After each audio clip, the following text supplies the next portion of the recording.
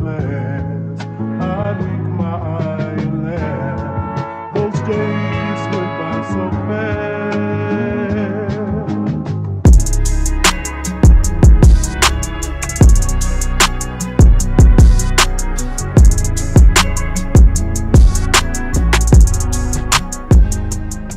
Yes, my people, here once again, another episode.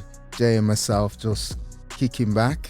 And this week, I think it was really fitting that we have this kind of discussion, given the current climate in regards to, we're still under lockdown measures, some form of lockdown measures. There's been a few incidents in the community where, unfortunately, a young person lost their life. So I think, this topic of mental health comes up a lot. So we've got an individual who, I'm going to give the list of things that this man, because I've known this gentleman for a number of years.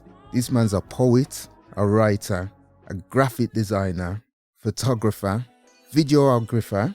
And to me, over the last couple of years, I've saw him use his voice as a vessel to touch on some topics in regards to, well, the one that I really touched me was the black anxiety, but we will touch on that at some point during this podcast. So for those who don't know, we've got DanMan in the building. What are you saying, brother? What you saying? You good? I appreciate you having me here. I'm just listening to the introduction, and sometimes it's just like, it's actually overwhelming, bro. Yeah. I'm like, who's he talking about me? Yes. Respect. But I know you, but for those who may not know you, how would you describe yourself currently now? Everything else that you just said, I would probably say that, but just to kind of encapsulate it or umbrella it, I would just say I'm a creative individual.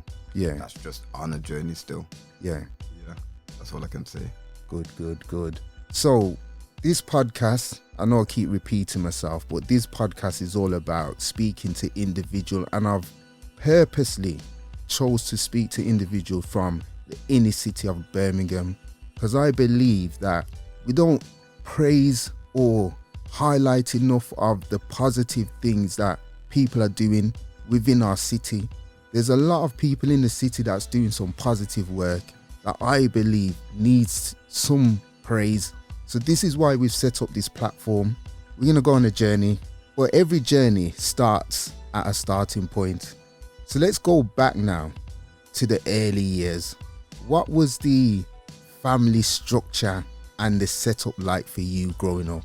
I come from a big family, as you know already. Yeah. And like my granddad, the general of the family, is always encouraged us to stick together and not to be so much into friend, because we've got so much family. Like, make sure you stick together. And he's the one that really kind of taught us the concept of brotherhood. Yes. You know what I mean? So it was always unity from young. So if anybody who remembers us from back in the day when we was coming up, you'd always see us all together. You know what I mean? And that's how my granddad instilled it in us. So we've always been tight-knitted from. And this is why these conversations are important, because you just saying that now, I know you from years back, and that is from an outsider looking in.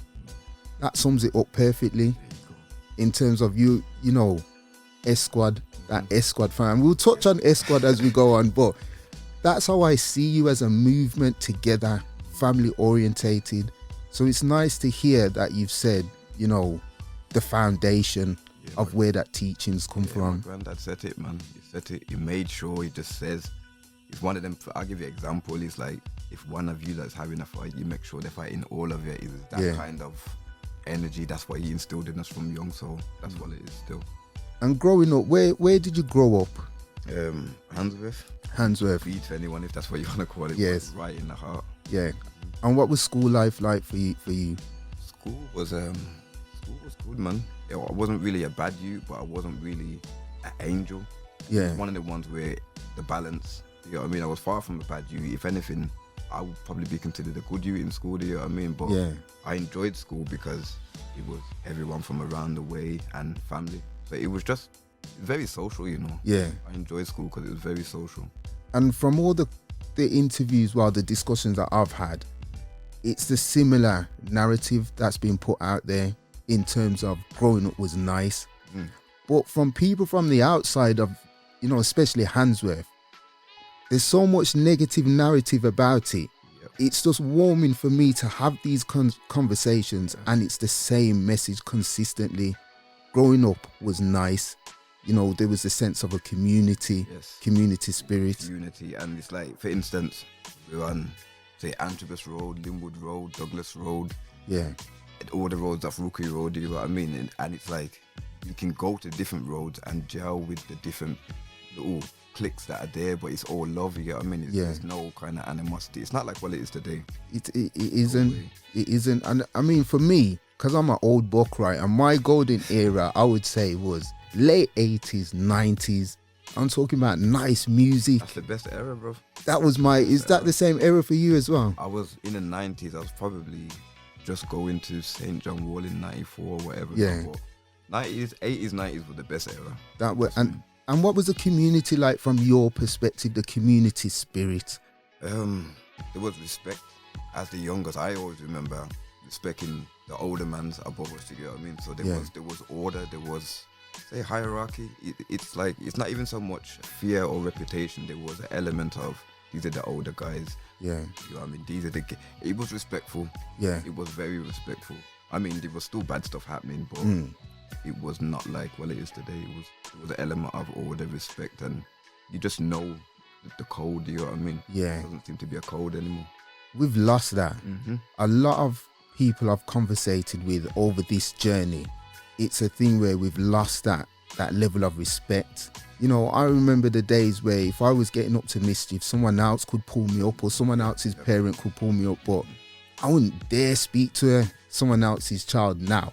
It's a different thing, because you could go and speak to somebody's child and you're doing it from a place of love, but for one, you don't know how the youth's going to respond, you don't know how the youth's friends are going to respond, or furthermore, you don't even know how the youth's parents are going to respond. Yeah. The parents might not see from the perspective that you're trying to instill love, you know what I mean? So they might actually get on the hype with their kids and it might be a peak for you, you know what I mean? So. And in terms of influences, I initially know you for the graphic design side of it. So in terms of influences, what were your influences growing up, and how did you gravitate towards, you know, the graphic designing? When I was at school, I remember, I think it was my mum or my dad. Somebody bought me a computer anyway. I think it could have been my dad. But I just remember just downloading graphic design stuff. I didn't know what I was doing. Yeah. I just thought, you know what, I'm going to try and do this graphic design stuff. I don't know what I'm doing. I don't know the programs, but I was probably a bit geeky now, and I found out, I figured out what to do, and the rest, blah, blah, blah. And it just kind of spiraled from there, because in school, they didn't really teach graphic design or nothing like that. So I kind of found probably 12, 13, 14, around them ages, I became interested in it, and then it just kind of just spiraled from there. I just started to get a computer, then I got a laptop, and then it was just trial and error, and then it was just, next minute I know I'm doing flyers for people, I'm doing invitations, and then I'm like doing logos, and I'm doing this and that, and then got my first job, and it just kind of... It just spiraled out from there. Yep. And who would have known from that first early start that you would now become the designer in terms of putting out their material and the logos and so it's funny how life paths out a journey for you, and at the time you may not know where it's taking you. At the time I was just doing a thing, the man them's got a mixtape coming out, the squad's got a project, we need some kind of artwork, let me do it, you know what I mean? Because and at the time I actually thought it was good, but when I look back I have to laugh, because it was like, it was trash, you know what I mean? I'm being honest, I look back at some of the stuff and it was trash, but at the time it wasn't trash, because at the time that's where my abilities was. Yeah. When I look back now, it's just laughable, but it's good to track the progress. Yeah. You know what I mean? So I mean trash in the most respectful way possible. Yeah. And let's talk about S-Squad now. When did that come about, and how did it start? Okay. Well, it actually started, it had nothing to do with recording music. Oh. My older brother was doing the promoting thing and holding dances and that back in the day. And it's like, we needed a promo name. I was helping him with the marketing, with that, with all the designing and all that stuff anyway. Yeah. We needed a name, and he was like, he actually came up with the name, and it was like S-Squad Promotions. Yeah. I remember the first dance he had, was it A Night of Pure Elegance? And then he started to have a few more dances after that, but it was Escort Promotions, and when they used to sing it out on the radio, everybody was like, oh, we've got this new set of promoters in town called Escort Promotions. Oh, I heard that. I didn't. Yo, them days was funny because we used to be at home listening to the radio and we used to hear the DJ saying, yo, we got Escort Promotions and we got these new set of promoters in town. I'm thinking, people do not know that it's us, you know. I didn't know, you know, because I've always known it for the music side, not the promotion. Nah, it started off with the promotion, so it was down to Zeke's where the name came from. And then, and then with the music now, it was Twins and One Eye that was doing the beat making and the rest. Yeah. I mean, Fourth already. It was always into the hip hop anyway. But from school days and his brother and, you know, that's it. Yeah. So hip hop was kind of in us all anyway, but they was the ones that was doing the beat making and all this other stuff, and I didn't quite understand it, but I loved it. I was like interested in it. Yeah. And then I used to go to their house and watch them doing it, and then me and Zeke learned how to make beats, but kind of like a banduli way, like they were doing it properly. Oh. We were just kind of doing it from like a ghetto kind of way in it, you know what I mean? So you could hear the difference in our music because they learned how to do it properly, you know what I mean? It was just kind of, it was just fun, it was just creativity, and when we all realized that we had musical interests that was similar, we just kind of pulled it together. We were never a group. This is what people kind of probably mistaken it. Escort was never a group. Okay, I didn't know that. There you go. You know what I mean? It would seem like we're a group because we're together.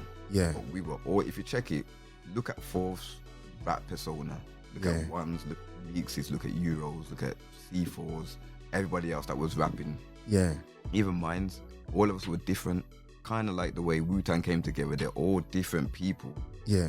But they're a crew, but they've all got their own individual lanes. It was just easier for us to work together. Because I've always, from an outsider looking in, I saw it as a collective of people, multi-talented. So you had one person like yourself that was doing the graphic, the designing. You had the MCs, you had the beat makers. And to me, I always saw Meeks as the PR. I remember when he first come to me, you know, I was driving by Winston Green Prison and I heard the name Esquad ringing. And then he came with a CD and he said, play this on the radio. I was like, is that rapping? I was like, yeah, man, play this on the radio. I'm going to pull it in the car. I was like, wow. And then it just catapulted that from there for me. Mixtape, and that was, what was it? Transition from a boy to a man. Yeah. That was a good project.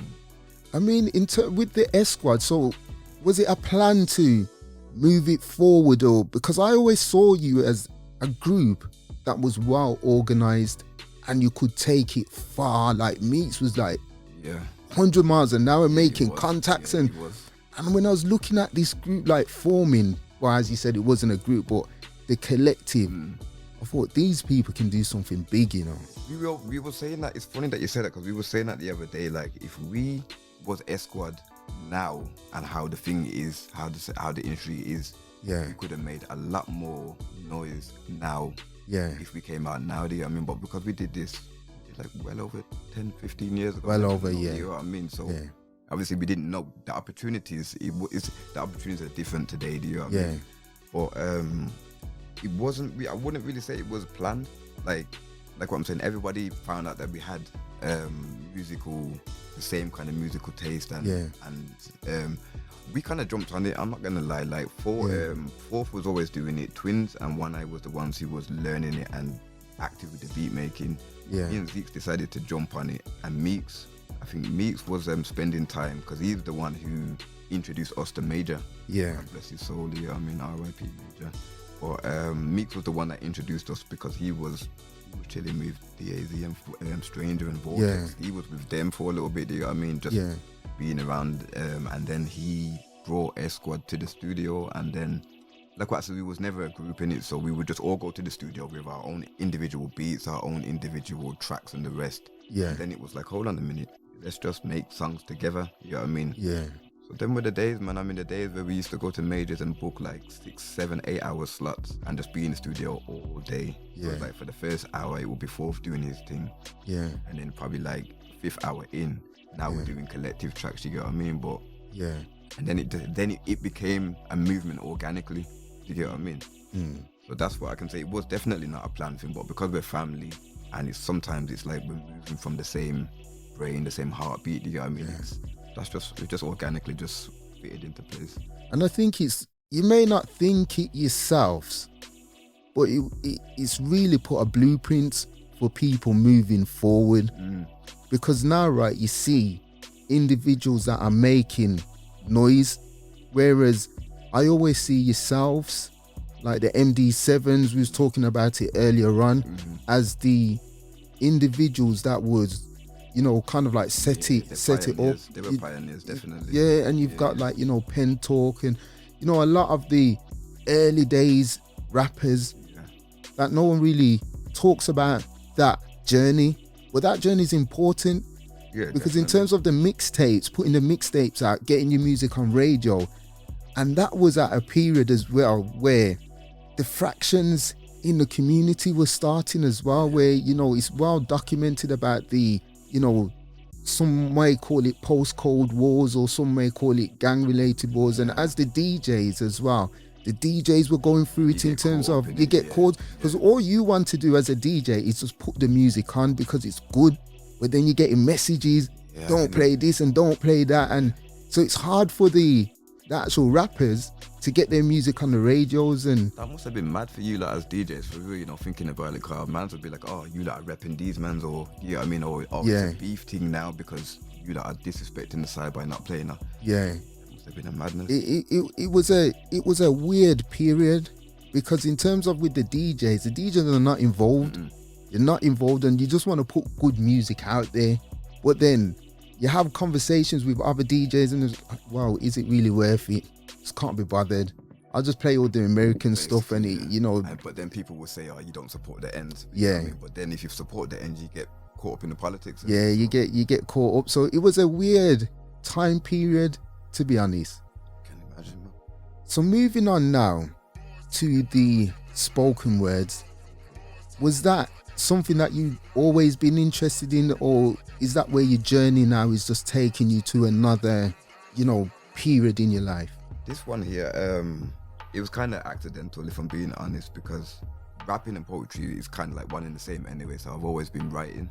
But when I was rapping with the squad and the rest, I was doing it, I wouldn't say not because I wanted to rap, it's because I'm going with the flow, and these are pushing me like, go on, you know what I mean? So like I'm rapping, so I was never, I don't want to say comfortable because I know I can do it, but it wasn't me, do you know what I mean? But I still wanted to do it, but I don't know if I lacked the charisma that I'd seen for Meeks or One Eye. Like, I'm looking at their charisma in all, like, that's sick, but that's not me, do you know what I mean? But I wish I had it, but that's not me, you know what I mean? So I knew that there was still place for my writing or whatever not. And then I was at uni, and I think I was supporting Nathan Dennis on the Silent Screams project. And on that Silent Screams album, there was like tunes that was that had real topics basically. And I got posed with the relationship between a man and a woman kind of thing. And I was like, I don't really want to write a rap about it. I can probably write something about it. In the end, the Letter to a Black Woman was birthed off the back of that project. And then I was after that known as poet and spoken word artist and the rest, and it was like the messages that seem to come through, it's like I'm channeling some kind of message that needs to be shared. That's how it feels, you know what I mean? So I'm not doing what I'm doing to be famous. I'm not trying to be the next big poet, you know what I mean? I do it for the love of it, you know what I mean? So that's kind of where the poetry kind of just developed, and after Letter to a Black Woman, more and more projects would present themselves in that kind of way, and then I just kept writing, and then it just falls into place. Sometimes I can't even fully articulate the journey. Everything just fell into place. And what's the creative process like? Because your poetry is very powerful. Thank you. And I'll speak about some of the individual ones that I've taken in. But talk me through the creative process. Like, for me to come up with a spoken word piece or whatever, now sometimes I'm touching on my own experiences. Sometimes I'm touching on somebody that's close to me, or just people that I know of. I'm never really just making up a piece. There's some kind of relatability or some kind of something that's really, I really relate to the piece in some kind of way. Do you know what I mean? Yeah. So a lot of the writing comes to me about 2-3 o'clock in the morning. Yeah. And a lot of the time I'm in my head anyway. Do you know what I mean? So it just comes that the poem comes to me like how bars will come to someone who writes. Yeah. You know what I mean? So sometimes I'll be in my bed at 2-3 o'clock in the morning, quickly just type in half a sentence or a paragraph or whatever, and I go to sleep, wake up, more come. Do you know what I mean? Yeah. Or sometimes I could just do it all in one shot. So it just depends. It's different every single time. There's one where I think it's really fitting now, and there's a subject in terms of the narrative that's been put out there in terms of the impact of social media, the visuals that people are seeing. There's one, Why Die a Gangsta? Okay. When you were born a king. Do you know, to me, right, it's definitely a message that needs to be amplified. It's true. Relevant. Where did that one come from? Okay. I almost forgot about that one, but I have to give all credit to Fourth Lord on this one, because Why Die a Gangsta, When You Were Born a King, is one of his lyrics. Yeah. And he said that lyric on a track, my first rap track, where I featured with Fourth Lord, and it was on one of the beats that I made. Yeah. I don't know if he did me a favor by jumping on the track with me or whatever, but it kind of gave me a bit of confidence, you get what I mean? But there was one line that he said that was poignant, and that stuck with me. Why Die a Gangsta When You Was Born a King? And then he just kept ringing over, and Fourth always makes timeless music, and he says timeless things. But then it was just like, did I use that for a project with Dear Youngers? I'm sure I might have flipped it and did it on a Dear Youngers project, but that whole poem thing, it came from Fourth Lord's line, and then on top of that I was able to build the rest of the piece just off that one line. So I'll give credit to him for that. Because there's a lot of, again, I keep saying it, in our community, especially the younger generation, they have so much opportunity. They're very talented, they're very resourceful, because they're very fast. If you noticed how the younger generation, they do things better and faster than what we did, and it's good to watch them and see them, but it's like at the same time it's dangerous, because you can see that they're very reckless with what they're doing as well. You know what I mean? And some of that is the older generation's fault, because they were looking at the older generation and adapting the model, but then obviously taking it somewhere else. So we've all got a part to play in what's going on, bro. And that's something, again, that I admire about you, in terms of, because you're in a position where you could use your voice for different things. You could get caught up in the hype and say, do you know what? I just want to be popular, make some big coin, and just put out negative narrative which sells. But you're using your voice in terms of like some serious topics, very serious ones. You can only but try. I mean, don't get me wrong, when you put your voice in a place where you're speaking for the good or for the greater good of humanity as such, I'm not, by all means, I'm no angel, I'm not like a preacher man or nothing like that. Yeah. But like what you said, if you're gonna say something, it better be constructive or worth saying. Otherwise, what are you doing? Because you're just selling illusions, or you're selling death, or whatever it is. Yeah. And the youth, them are the future. If that's what you're pumping into them, what do you think you're gonna get back? You know what I mean? So if you've got a platform in any kind of way, I just say morally, you don't have to, but morally, you have to say something positive. You know what I mean? And even if nobody's looking, you always got to remember God's looking at you. You know what I mean? Yeah. So everything's gonna have to be accounted for. And one of the big ones, because we'll get on to it now, is the piece Black Anxiety. Okay. Black anxiety. What's strange but yet true. Our anxiety is heightened by the shade of our hue. This is something old. No, it isn't brand new. Black anxiety. How would you cope? What would you do? Black anxiety. Smiling but screaming silently. Stereotype volumes are loud, but most times insinuated quietly. Doesn't matter if we shout or speak solemn with sobriety. We know that we're automatically seen as menaces to society. When I heard that and I saw the title and watched the visuals, I thought this is very fitting now. This is what we need, especially for men in the black community. A lot of men suffer in silence. There's this taboo in terms of I'm strong. I won't let that emotional side come out in me. But also as well in terms of now what we're going through. The lockdown and everything. The lockdown, there's young people that their friends have lost their lives. It has to play on their mentality. Again, Definitely. with this piece, you know, where did this one come from? And I have to give credit because it wasn't birthed from me. It was a conversation that I jumped on Instagram. It was Nikita at Nick Talks, and she's a mental health practitioner. I'm sure she has a PhD, or she's working towards a PhD in mental health. Yeah. But she was having a conversation about black anxiety and the rest, and I didn't know that it actually had a name. The stuff that she was talking about, it resonated. I mean, we've all got different. When you break down and you understand what black anxiety is, and then you look at how it's played out in your own life, you're like, "Rare, black anxiety is real." You know what I mean? Yeah. Like, for instance, for example, just the normal walking in the street and somebody crosses over, or somebody's locked their car door, or somebody holds their.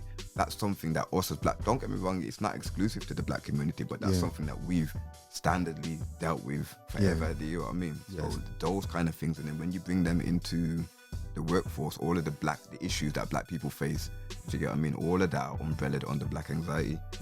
So I jumped on the conversation and the rest, and I felt inspired by, I learned something from her, do you know what I mean? Yeah.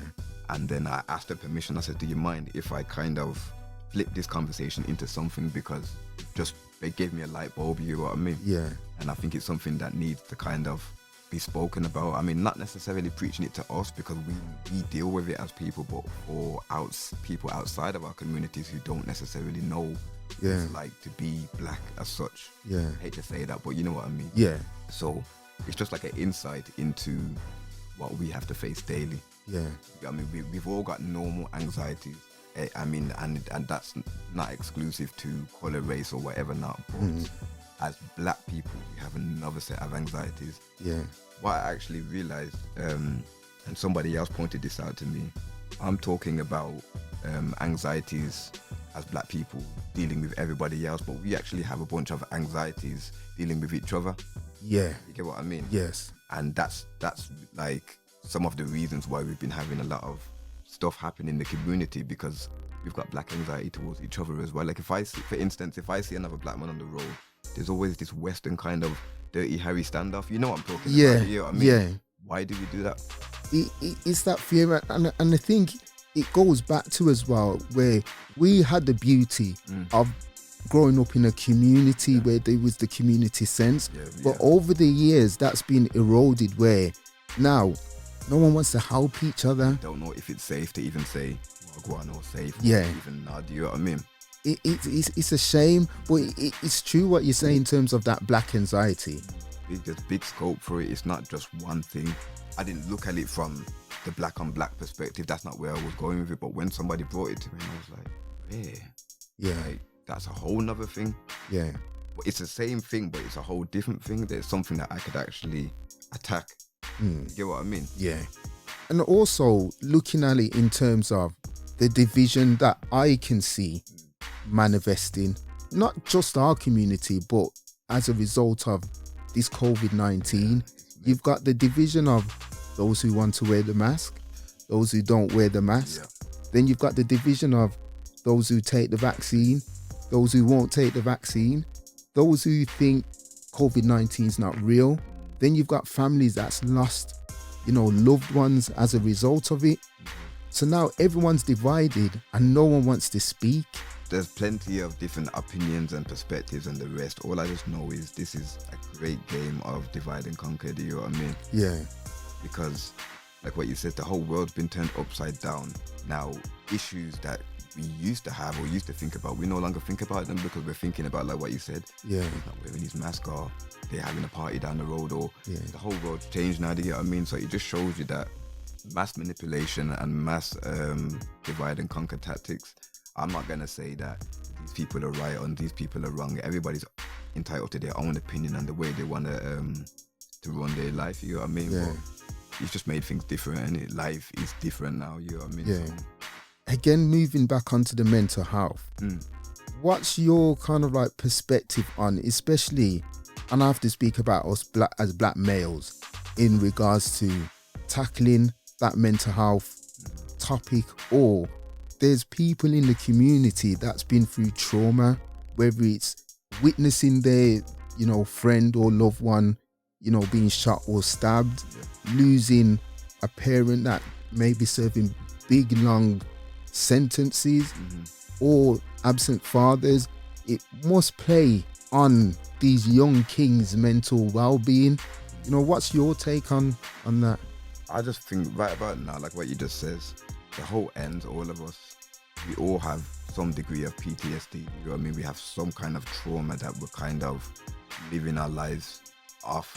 Yeah. Instead of living our lives like we're free, we're living our lives with the baggage of the trauma that we're still carrying. You know what I mean? Yeah. So then it will spill out and it will start to affect us in all different kinds of stages in our life. In regards to the mental health within the community and the rest, it's just like COVID and this whole situation doesn't help. The morale of people is low. You know what I mean? And that's simply because right about now, fair enough, we can all have plans for the future, but can we actually see what the future looks like at the moment? So it just makes people become in greater states of anxiety. You know what I mean? Because you're uncertain about the future. Yeah. And then forgetting about all of the issues just generally that we have outside of COVID anyway. So now COVID has just amplified everything because we have time now to now focus on all of the negative stuff that we were entertaining before, you know what I mean? Yeah. So then social media, everything is on a rise, the hype, the mix-up and all of that stuff it's like it's in a melting pot, one big Dutch pot, and they've put the lid on it, you know what I mean? Yeah. And they're just turning the fire up. We can't go nowhere. We're on lockdown, we can't actually go nowhere. So it's like, if you're into badness, you've got enough time now to do more badness, you know what I mean? Yeah. And obviously, just like if you're into good stuff, you have a lot more time to do that too. Yeah. And the youths, obviously we know that there's nothing really for the youths apart from computer games and everything that's online and the rest. So they're creative individuals. There's nothing creatively that's holding them and preventing them from doing, what is it, devil makes work for idle hands and the rest. Yeah. There's nothing that's preventing that. You know what I mean? And I feel like it's all by design. And this is just trying to get your perspective of it. A lot of these people that are, walking around, they don't want to tell their friend, just in case the friend looks at them differently. There's no way for them, an avenue for them to talk to someone. I get you. I mean, it's just like with what you're saying, the bravado thing, like nobody wants to look like the weak guy that's suffering or... Yeah. But this is what they need to realize is the weakness is in you concealing and not feeling like you can. That's where the weakness lies, not feeling like you can, because you feel a sense, I'm not speaking from experience as well, you feel a sense of relief once you're able to find the courage to express and say what it is. And doesn't mean, when you say talk about your feelings, doesn't mean get all wet and emotional and start saying these roses are red, violets are blue stuff. It just means you're human, innit? You have to take the load off. If you find it difficult to express yourself and get the load off, then later on you will see that it will have ramifications mentally. You know what I mean? So like carrying shopping bags, how many can you carry before you have to drop them?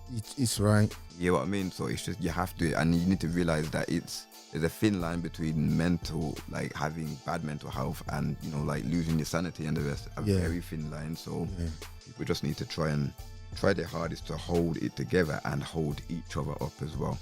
Especially in this day and age. You know what I mean? And it goes back to what you were saying as well in terms of the lack of, when you say the anxiety, it's the lack of trust from the ethnic community in regards to services, because you go into mental health services and you always tend to hear about the negative side rather than the support and help. But it's documented that once you go into mental health services from an ethnic minority, your journey through that service is different, For you, and I'd say to chime in on that is, from my understanding of it, I'm not too deep into it, but it just goes for representation.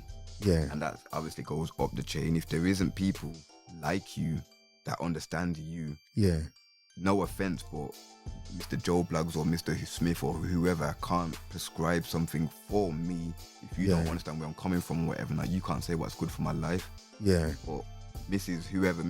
who are from my community, they have a cultural understanding and they have experience and they know how to sympathetically and empathetically deal with, you know what I mean? So we definitely don't trust the health services, because if you go back in history as well, the system hasn't really been good to us as a people. You know what I mean? And especially in regards to discussions about vaccines and the rest. And if you want to go back to Tulsa, like the Black Wall Street and all them kind of different things that the system did to black people, and not even just that, there's plenty of things in history that will answer why you're skeptical about the information that we're being fed in regards to health and the rest. You know what I mean? It goes deeper than, we don't want no injection. And Jay and myself was having this discussion on the way up, right, in regards to trying to instill the trust. That's the starting point, is instilling the trust, because there's a lot of... I don't think that they can, because it's like this. If I'm going to just use this example, if your slave master got you living under these conditions, what makes you really think that he cares about your health? Or if he does care about your health, it's for his benefit, isn't it? Because if you're not up to the job, you can't make him no money. You know what I mean? Because one, he's got you in slavery, and you see how he's dealing with your family, and you know what I mean? All of the efforts that he's keeping up, but he doesn't care about you, but he cares about you benefiting him. So what makes you think that's how we're living? We're living in a system that doesn't really care about you, but cares how you can benefit it. These are the things in the community. So when we talk about the community and mental health, it's multi-layered. It's like an onion with bare different layers, for real, and that's enough to make you cry, for real. You touched on something that I didn't actually answer. So you said something about the lack of positive role models in the community and the rest of that. I know I didn't touch on that, but there are a lot of positive black males in the community, not just black males, but I'm going to say that there are a lot of positive black males in the community. A lot of them, and this isn't an excuse, a lot of them are busy with life. A lot of them also know that as positive as I am, and I can tell the youth to do this and that, but if I can't provide the youth with a better angle for them to maneuver off, then I can probably give them my opinion, but they're within all right to tell me to shut my mouth, because what else can you suggest for me? Do you know what I mean? So it's all good us talking about the younger generation saying we need to do this and that. We need to also provide them with, because we are partly to blame for their perception of things. Do you know what I mean? So we need to come with a solution as well. We can't just say, you lot stop with the badness then. But what are we gonna do in the meantime? What do we do? Because this is because the badness and whatever now has become normal. Do you know what I mean? And the things that normalize it is, I'm sorry to say, but things like the music. And that's an interesting and another discussion within itself, because you've got people who will say it's not the music's fault why people are like this, but it has one of the biggest influences behind. You know what I mean? That's just my opinion, but I feel like the music has a lot, because the music is one of the biggest conduits. You get what I mean? So if people listen to music religiously, so if you want to pump some kind of message in there, whether it's subliminal or just direct, is it? I would say it plays a part.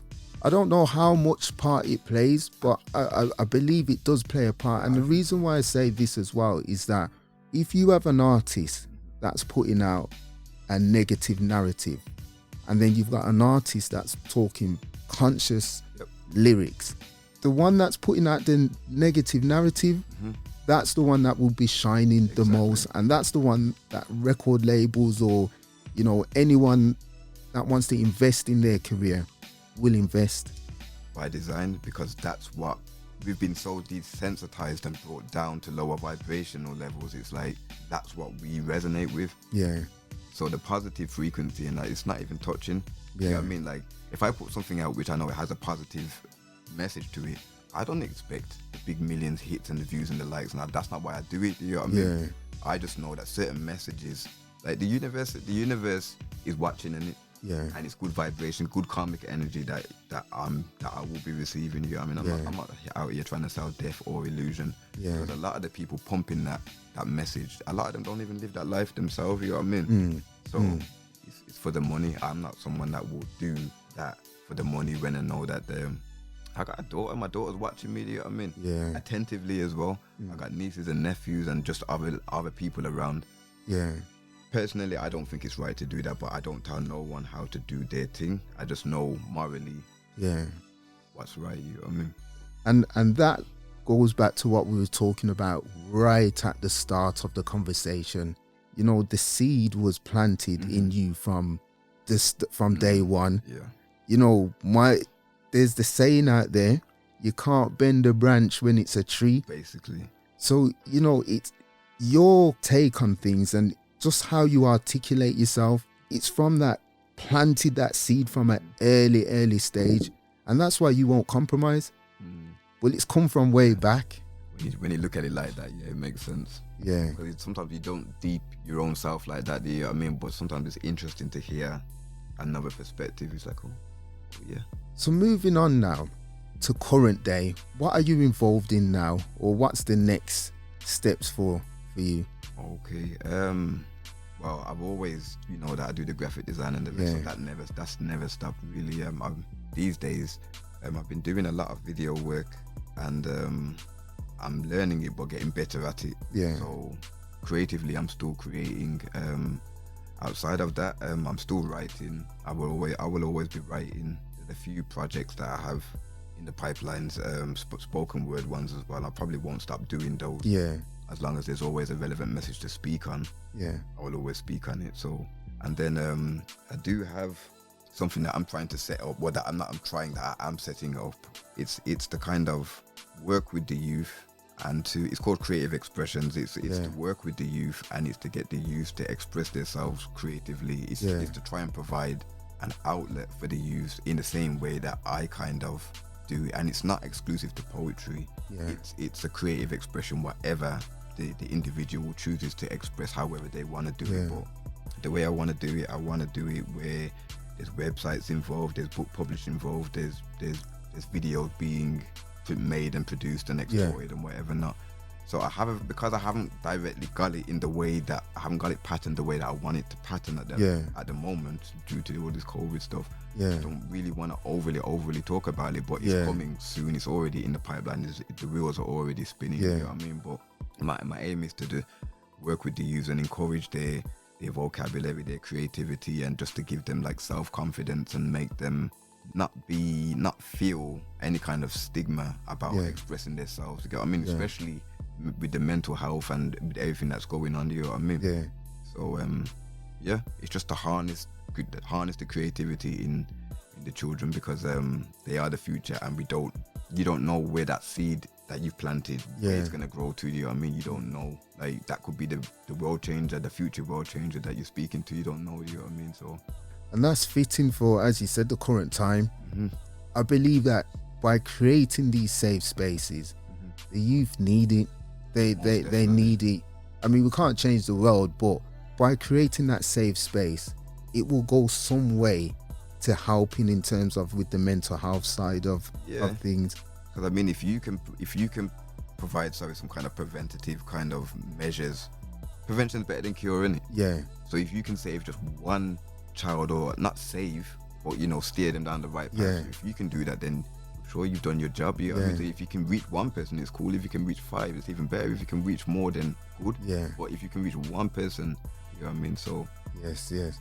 And what advice would you give to anyone listening in regards to, we've touched on topics of mental health and just that creative space that you're in? The advice that I will give for somebody right now, and touching on mental health and that, like, find your purpose. Be still, be quiet and listen, and find what your purpose is, or something that really resonates with your heart, you know what I mean? Put your energy into that, because a lot of these things that we experience in the old world as we knew it, because that old world is dead now, like it's a new today, you know what I mean? So it's like, find something that you can put your energy into, something that could potentially even make you some kind of profit, but it doesn't necessarily have to be financial gain, but something that you can gain from, whether it's mental, emotional growth, or whatever not. But just pursue that. Put your mind to it. Find the outlet, whether it's an activity, a thing, or being able to discuss with people. But just find an outlet. Don't let the inner voices, the inner demons, or the whole situation that's happening in the world. Don't let that consume you and become your focus, because life is beautiful. Life is beautiful, but like there's people in the world who don't think like that, who are not beautiful, but life is still beautiful and life is a gift. You know what I mean? Yeah. So just keep pursuing that. If you've got a belief in a higher source, or like I believe in God, I'm not like a Bible basher or none of them kind of things, but I believe in the Most High, and that's why I'm able to optimistically look forward, because I know that better days are always on the horizon. You know what I mean? Yeah. So it doesn't matter what it's saying right now, just be optimistic in it and try and be as positive as possible. And if you're feeling negative, look for the lesson in how you're feeling, because there's always a lesson in it as well. You know what I mean? So. Well, it's important, again, just to amplify one part that you said there, in terms of when you find your outlet, that can bring you some form of wealth. And the key thing you said there was, wealth doesn't necessarily mean financial. No, not at all. This is something that needs to be pushed more. That's what it is, because everything out there, society will tell you, yo, you gotta chase the peas, you gotta get peas, because nobody wants to be broke. We know that money is the key to accessing certain things in this life, but it's not the be all and the end all. Don't get me wrong. We need money, but I'm not here to chase money. I was never here to chase money. Do you know what I mean? And if money comes with you doing the things that you love, that's even better. Yeah. But to chase the money, by all means, I'm not telling no one how to do their thing. Everyone's gonna have their hustle, but chasing the money always actually leads to avenues that you don't necessarily want to go to, because you're gonna probably go different lengths to try and, because you're chasing the money. You know what I mean? But if you can find something that you're good at, something you God-given talent, the money will come. You know what I mean? Yeah. And then it's better, because the money's gonna come with a better feeling. If you get what I mean, when you're making the money, you're making it with a better feeling, as opposed to like, oh, I'm doing probably stuff that I know morally maybe I shouldn't be doing. You know what I mean? Nah, I wasn't raised like that. You know what I mean? So. Yeah. And for anyone listening, again, these are some bars, you know, that DanMan's touching on you. He said another thing, because I don't want to keep him too much longer. But money just gives you access to things. You know, don't get it confused in terms of money brings happiness. It just allows you to have access to do a little bit more. But that happiness has to come from deep within. The inside job, as the memes that they always say, happiness is the inside job. Money, look how many rich people that you hear about are depressed or suicidal, or they go and do this and that. But we thought you was happy because you got mega P's. Look at your house, look at your car. But doesn't mean anything. It's just material trinkets, bruv. And what are they worth? COVID and that, the first lockdown showed me material gains, people's cars, their houses, everybody who I would perceive to be living a better material life than myself. Where does that actually get you now, when if the people them who are running the thing press the button and everything locks off? Where does your material assets, what do they mean? Nothing doesn't mean anything, because they're not going to save you, they're not going to put you in any better situation. If anything, they may actually make you a target. Because if everybody's hungry and you're the man that's got all of the stuff, you're kind of a target. You know what I mean? You're target. In this day and age, it is, and it's a different day. I think it's really showed us now the importance of ownership. Because if you're, I'm not knocking, you know, people that are working and so forth, because I work myself, but there's industries that has been closed and people have been furloughed, basically. You know, so it's showing you now that no industry is safe. There's no way that's safe. So some form of ownership and just using your passion now, following out your dreams and trying to live life on your own terms. Basically, if you can provide some kind of service, do a bit of research, like what you says. Businesses have shut down, so there are openings in certain markets. Do you know what I mean? There's a lot of people who have become successful and wealthy just because of the lockdown within themselves. It's because they're strategizing and they're thinking outside of the box. Do you know what I mean? And you can't fault them people. Fair play to them, but in the long run, like what you says, ownership is the way forward, or having some kind of something that's probably a bit more up from a side hustle, because like what you said, no job is safe. People are getting furloughed left, right and centre. The unemployment's at all-time high. So just don't ever sit there and think that your 9-to-5 job is cushy, because a lot of people lost their job. For me, just to touch on that, sorry, when they made me redundant a few years ago at my job, I was like, I can go back and go and get another job. Yeah. But I'm not trying to be in this situation where they're going to take my job from me again whenever. Yeah. And from that day, I was like, you know what? I'm doing this thing for myself. However I'm doing it for myself. And so when COVID and all that hit, and everyone's like, oh, we got to work at home and the rest and blah, blah, blah. And I'm like, I've been working at home, you know what I mean? Yeah. This is no different. But I can say that, and I'm lucky for that. But a lot of people ain't. A lot of people have been used to their job and the rest. And now that their job's been taken from them, their mental health, you know what I mean? So and you're not the first person that said that, you know, in terms of when I've lost my job a few years ago, I made that decision to just not be in a position where you can just take this away from me. And a lot of, you know, there's people I've spoke to that set up their own small little businesses off the back of being made redundant. So it just goes to show, you know, sometimes things happen to you and it's how you respond to it. The lesson from it, because I could have been sitting down like, oh, I ain't got no job. I could have been all the hands on my drawer and all them kind of things. And for 5 minutes I was like, well, what are you going to do? Because they're taking your job away from you. Are you going to beg for your job, or are you just going to make this work? You've been talking about you want to do this and that for years. The universe has been listening to you, you know. Like, so when you say that you want this and that, and then it presents itself because the universe answered you. For all I know, the universe just answered me. You know what I mean? It gave me the clear way to like, go on, do your thing then, you know what I mean? So that's how I chose to look at it. I could have chose to be like, oh, they're just racist. I'm the first guy. I'm just a black guy with my head on the block that just got chopped. You get what I mean? But don't make sense. Just take your lessons from it and keep it moving. Slightly off topic a little bit now. That's cool. But, and I've heard you say it a few times during our discussion, where with the visuals, the videos, and even when we talk, you know, outside of this discussion, you're very modest, you know. And the reason why I say that is, you always say, I'm just trying a thing with the videos, don't really know what I'm doing. And in my head, thinking to myself, but that looks good. Do you know what I mean? But, you know, and I always thought, to be fair, you know, throughout this whole Squad journey, I always thought that you was the video man and you know, the doing the logos, the graphic design and taking the videos. It was only, was it probably about 3 or 4 months ago, and you was telling me about, in fact, I phoned you about a camera, and I said, I want to buy a camera, you know. And in my head, let me phone DanMan. This is the cameraman. And when you said, wow, you know what? I don't really know what I'm doing. And I'm just, and you like, what? You know what it is? It's, I position myself around people who have more knowledge than me in certain things, because then that's how you learn faster. Do you know what I mean? And it was like, I'd learned from, but like what I said, I think I said on the phone in regards to the video stuff. I'd learned from someone who was affiliated with us, Smithy actually. Long time Smithy with his little JVC video camera, you know what I mean? And then like he used to do videos for us, and then look a bit later on, and they were just like rough cut videos. Baby J's guy, Jimmy, he did a few of our TV videos for us back in the day. And then a little bit later on after that, it was Jojo, who used to run Grind Blog, big boy videographer as well.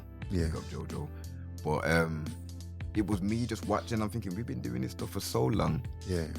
Why the hell are we paying people to do this when we kind of got understanding? Then I was just like, you know what? I'm gonna learn it. And the only way to learn it is to just do it. Just do it. That's what I've been doing, and been working. Okay. You know, been working. And what does the future hold for Squad? I would like to see the collective come back and at least do one mixtape while I'm still breathing, because I need that. You know what? It's mad because like we've got like a little family group in it. Like we've got 2 family groups, but we've got like a Squad Mandem group as well. And it's like in the Mandem group, we was talking about it. Meeks was sending through some nostalgia, some old tunes and some old little pictures and here and there, and even Twin was doing it a couple of days ago, playing some old tunes and the rest. And we was like, this is fire. Like we have so much material that people didn't deep, you know, that wasn't even released. I've got mixtapes worth of material that I never put out there because my confidence was never as high as the rest of you, know what I mean? So we were talking about it. It was like, obviously because Major's passed away again, RIP Major, we have a lot of music recorded on Major's beats. Yeah. So we're thinking about potentially putting out a project that is just Esquad and Major, you know what I mean? Only Major's production. And then we was like, hold on a minute. We've got so many tunes that was roughly recorded back in the day that are video, that are timeless pieces and are video quality. So we've got so much. Basically, just watch this space. And we was talking about, let's just come back and just put out a couple of projects, a couple of EPs. So there might be something. There might be like a little Take That reunion type situation. Well, call on me, you know, like. Yeah, come on, because you was the come on. 51 and J, come laboratory. Because you did that logo as well for us, you know. We got it on his phone. Laboratory Squad, but I remember that. Them were the days, though, man. Yeah. Them were the good times, man. And even with the Major as well, because I know when I saw that on Insta, that was a big shock to me. And this is again why it's just amplified myself and Jay to start going on this journey in terms of talking to people. Basically. Because Major, I mean, I remember when Meeks brought me up there. There you go, you know what I mean? Do you know what I mean? And I was there for a couple of hours just watching, you know, Meeks and the rest of them, you know, in the booth. But it just shows, right, with the community, there's a lot of talent. Yeah. When I've started seeing things on Instagram, it's like, and people coming out and saying, he did my project and he did my project. And there's so many projects that... Yeah, Major. That studio and he was involved in. Major's responsible for the sound in Birmingham. Don't get me wrong, no disrespect to any of the producers, the engineers, or anybody else in the team. But, and I'm not just saying it just because, you know, people speak great of the people who have transitioned, you know what I mean? I'm like, no, Major was like the backbone, like he was like the seat, like. If someone from out of town comes to the ends and they want to talk music or they want to record, like you have to bring them to Majors first. You got me, regardless of whether or not they actually record there. Majors the guy. You know what I mean? So it's a proper, with no pun intended, it's a major loss. Like Major going is a major loss to everybody because it wasn't just a studio engineer or recorder and the rest. He was everybody's family. You know what I mean? Like when you was introduced to Major, I remember being introduced to Major many years ago, but it got to the point when I used to go to Majors and I used to need my brother to come there because I'll come to Majors. You know what I mean? My brother was like, well, you go to Majors, you get what I mean? Like, Major became like a dad. Became like a big brother and a dad, you know what I mean? So I could go there and he can reason about personal things and Major will listen to you and give you his perspective and give you some tough love and whatever not you get. He would give, he filled the gaps that a lot of like fathers didn't, you know what I mean? And it's like he helped many of us to grow. He helped many of us make better decisions. You know what I mean? Like there's so much I can say about Major and the rest, and it's like he left a big impact. He left a big legacy, and this is just one thing that I say is, whilst he was alive, he used to always say, "Yo, I want my own setup." And what I was telling you about outside the studio now, I wanted my own setup and the rest, and I want to be able to record my own stuff and blah blah blah blah. And then when Major went now, I was like, yo, who's really gonna really make me sound like, you know what I mean? We're stuck. So something that I felt like I could hear Major in my head saying, yo, didn't I tell you to get your setup from a long time? Didn't I tell you to get your setup? So it's like me just recently creating my setup now. It's kind of like, apart from me being able to be productive, it's homage to Major as well. You know what I mean? So when I look at it, I always smile because I know it's like I felt like Major made me. It probably sounds a bit weird, but I felt like he made me do it. You know what I mean? So every time I look at my setup, I'm like, I have to salute Major. You know what I mean? Because they another person like Major, man, is special, man. You know what I mean? So, and you're not the first person that said that, because through trying to set up these interviews, you know, a lot of the MCs that I've spoke to, some of them have delayed coming up on here as well because they're still feeling that they're grieving and you know, MCs are trying to look at different creative spaces now to continue the work that they were doing. And I remember on the radio, you know, just playing some of the Birmingham music and the intro, and you know, the rapper would say Vomit Productions and Major on the board. Do you know what I mean? That's something that rings in but you take for granted. That's what I mean. You know, those things, you know, because it's something that you hear all the time. Looking back at it now, it's like you take for granted the amount of work that he would have put in just to making the sound. it's not, you don't just press a button and Major was a professional. You know what I mean? Do you know what I mean? Professional, I have to say. yeah, But I was saying when we had a little vigil, not little, but when they held a vigil for him outside the studio, I was saying, you know what? Nobody, it's our selfishness that makes us want to hold on to the person, because we've all got our time, we've all got expiration dates, Yeah. you know what I mean? But in regards to the community and the rest, Major, I feel like he did his job, yeah, because if you look at how many people were out there for him, yeah, how much advice he's give people, how many times he's physically helped people. yeah, Major's done a lot of good that people don't even know about. Do you know what I mean? So yeah, I feel like he did his job. yeah, I was just grateful that we was able to actually see him and speak some realness to him Yeah. before we transitioned. You know what I mean? yeah, So I'm eternally grateful for that. yeah. Mm, I mean, we could sit here and talk all day that's what I'm saying. because there's a lot to talk about, and I think there's a part 2 coming up, because I know Anytime. we spoke about some things out there that Anytime. we'll keep Yeah. off air. Yeah. We'll be sitting waiting patiently Keep you posted, man. Definitely. for the things that, because I know, you know, you're involved in a lot of things as well, but we won't talk it now, but you're involved in a lot of things. And I'm waiting for the S Squad mixtape. I'm gonna have to tell them again. You need to talk to I'm them. gonna have to I might have to bring Meeks up here, right, and Yeah. speak to him, but I'll be waiting That'll patiently. be a good interview actually. for that. You should shout him. I'll be shouting him. I'll be shouting If him. you say if you actually say it to him, you put the fire under him. If I Yeah. say it to him, it's like yeah man, makes his favorite line. You get what I mean? But if Yeah. somebody else says it now, put the fire under him. You know what I mean? So I remember a time when he was posting up his passports and he was here, there, and Yeah, everywhere, yeah, and I was yeah, like, do you know what? I can see something here with this S Squad movement. that's what I'm saying. If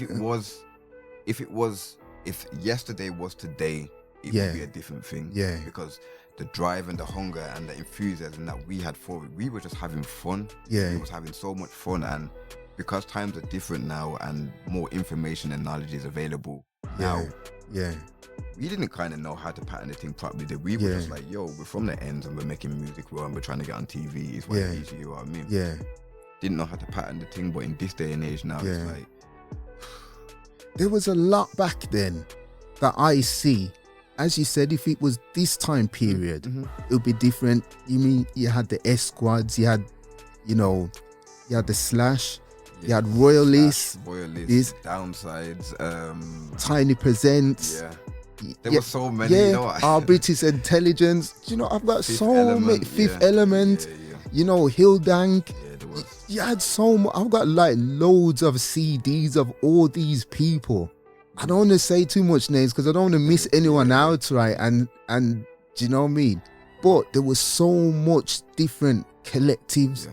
Then you had like the you know, I would say the drum and bass side of it, and you know, the house side, and there was so much collectives. The music scene was vibrant. It You know was what? vibrant. I would have loved for there to have been more unity. Yeah. And I'm not trying to say there was beef, Yeah. but you know that if there was more unity and there was more intermingling amongst the factions, imagine what sounds good. You know what I mean? Because everybody was still, yeah, we know you, but we're sticking to our crew. You know what I mean? Yeah. That was the vibe, and it's just what it is. You know, the one thing I regret was that time period, like, of not having the video recording of the radios. I think I've only got one, right? And that was the time where S Squad, where was it? Where did you perform?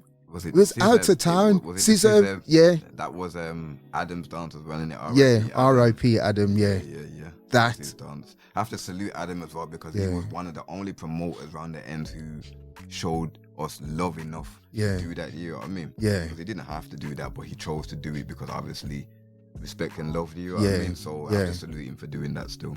I need to look for the footage because we recorded that of traveling up.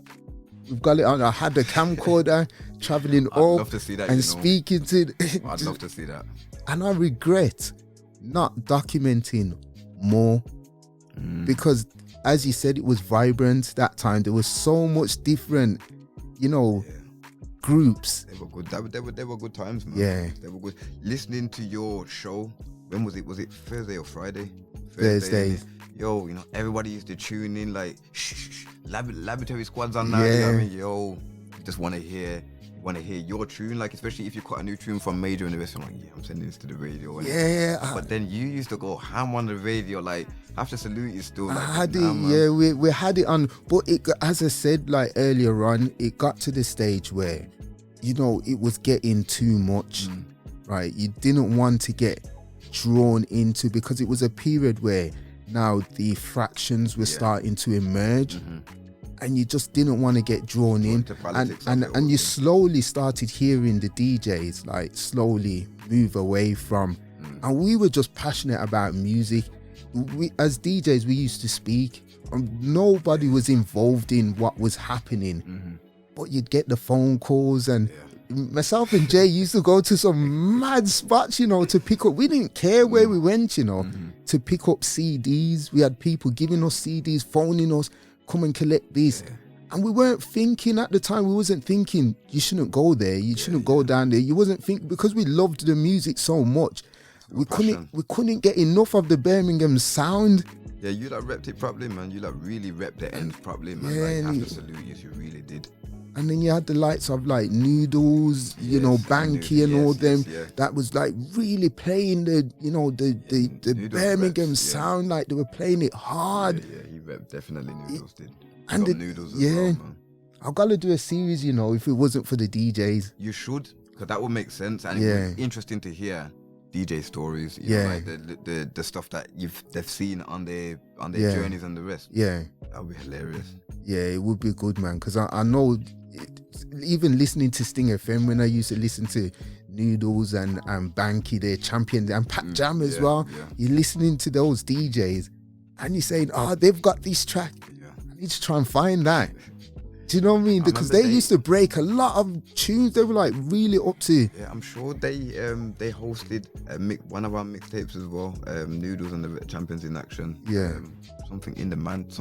Now I can't remember. That's how old it was, but they definitely, that was a good mixtape as well. Man, so we'll try and get them up at some point. But the DJs. Yeah, that would be a good. We'll have a discussion with them. DanMan, really, thank you. Man, thank you for having me, man. I feel like I've been chatting for long, bro. Sorry if I've gone over, bro. Nah, it's definitely I've learned some stuff today in regards to, I liked hearing where it all started, the foundation, what you said, your granddad. Look, granddaddy. This is how you, so that shows why the S Squad was is so tight as a clique. Because Granddaddy said so, you know what I mean? That's why. Wow, Grandad, speak to the lads, and we need a mixtape. And if he said it, we'd do it as well, you know. If my granddad says we need to cut one more mixtape, we'd rather do it. But you should play in this. All jokes aside, we was talking about it because we've been getting nostalgic lately as well. You know what I mean? So we have been. And either way, like what I said, I got my own little setup now, so it's nothing for me to. No excuses then? Yeah, I mean, jump out my bed and straight onto the mic if I want to, you know what I mean? No excuses. One I've got a setup already, so there's no excuses, man. There's no excuses. I'll be waiting. But DanMan, respect for today. It's a pleasure to come in. Thank you for having me, man. And we'll have you up again. Yeah, well, when these things, what we talked about, once it comes into play, we need to have the first phone calls to discuss it. Most definitely. Most definitely. Peace, people. We're out. All right.